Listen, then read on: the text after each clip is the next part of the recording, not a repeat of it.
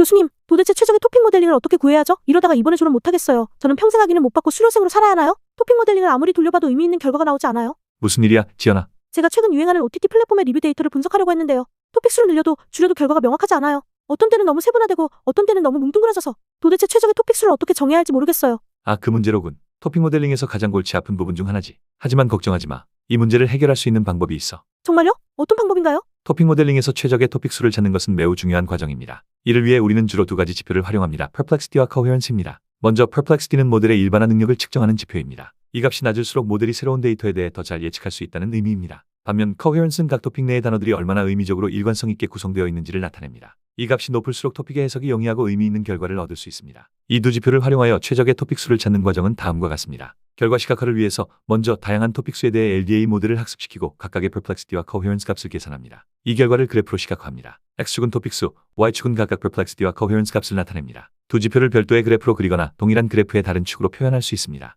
Perplexity 그래프는 일반적으로 토픽 수가 증가할수록 감소하는 경향을 보입니다. 우리가 주목해야 할 부분은 이 감소율이 둔화되는 지점, 즉 엘보 포인트입니다. 이 지점 이후로는 토픽 수를 늘려도 Perplexity가 크게 개선되지 않습니다. Coherence 그래프는 보통 토픽 수가 증가할수록 증가하다가 일정 지점 이후에 정체되거나 오히려 감소하는 경향을 보입니다. 우리는 이 그래프에서 최대값이나 증가율이 둔화되는 지점을 찾아야 합니다. 이제 우리는 Perplexity와 Coherence 그래프의 변곡점을 고려하여 최적의 토픽 수를 선택해야 합니다. 이는 두 지표의 균형점을 찾는 과정이라고 할 수 있습니다. Perplexity는 낮을수록 Coherence는 높을수록 좋지만 항상 이 두 가지를 동시에 최적화할 수는 없습니다. 따라서 우리는 Perplexity가 크게 감소하지 않으면서도 Coherence가 충분히 높은 지점을 찾아야 합니다. 이 과정에서 도메인 지식과 실제 분석 목적도 함께 고려해야 합니다. 예를 들어 너무 세분화된 토픽은 해석이 어려울 수 있고 너무 적은 토픽 수는 중요한 주제를 놓칠 수 있습니다. 지금부터 이 과정을 좀 더 구체적으로 살펴보겠습니다. 먼저 결과 시각화 단계에서는 파이썬의 Matplotlib 라이브러리를 활용하여 그래프를 그릴 수 있습니다. 생성된 그래프를 통해 우리는 Perplexity와 Coherence의 변화 추이를 한눈에 파악할 수 있습니다. 그래프 해석 단계에서는 주의 깊게 변곡점을 찾아야 합니다. Perplexity 그래프에서는 엘보 포인트를 찾습니다. 이는 그래프가 급격히 꺾이는 지점으로 이 지점 이후로는 토픽 수를 늘려도 Perplexity가 크게 개선되지 않습니다.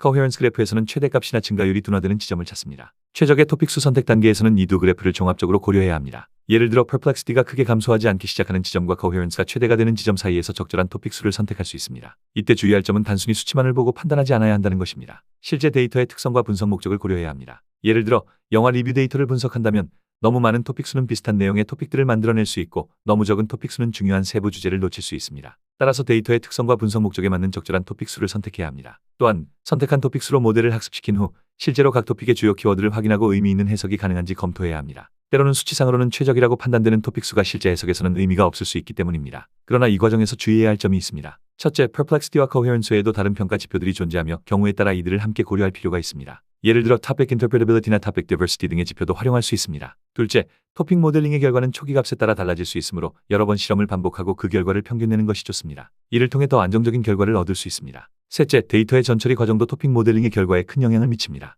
불용어 제거, 어간 추출, 엔그램 사용 등 다양한 전처리 기법을 적절히 활용해야 합니다. 마지막으로 토픽 모델링은 완전히 자동화된 과정이 아니라는 점을 명심해야 합니다. 최종적으로는 연구자의 도메인 지식과 판단이 중요합니다. 따라서 모델이 제시하는 토픽들이 실제로 의미가 있는지 연구 목적에 부합하는지 항상 비판적으로 검토해야 합니다. 이러한 과정을 거쳐 최적의 토픽 수를 선정하고 모델을 적용한다면 의미 있고 해석 가능한 토픽 모델링 결과를 얻을 수 있을 것입니다. 토픽 모델링은 텍스트 데이터에서 숨겨진 주제를 발견하는 강력한 도구이지만 그 결과를 올바르게 해석하고 활용하기 위해서는 이러한 세심한 접근이 필요합니다. 마지막으로 만약 이 과정을 직접 구현해보고 싶으시다면 Perplexity와 Coherence를 계산하고 시각화하는 파이썬 코드가 필요할 것입니다. 이에 관심 있으신 분들은 댓글로 남겨주세요.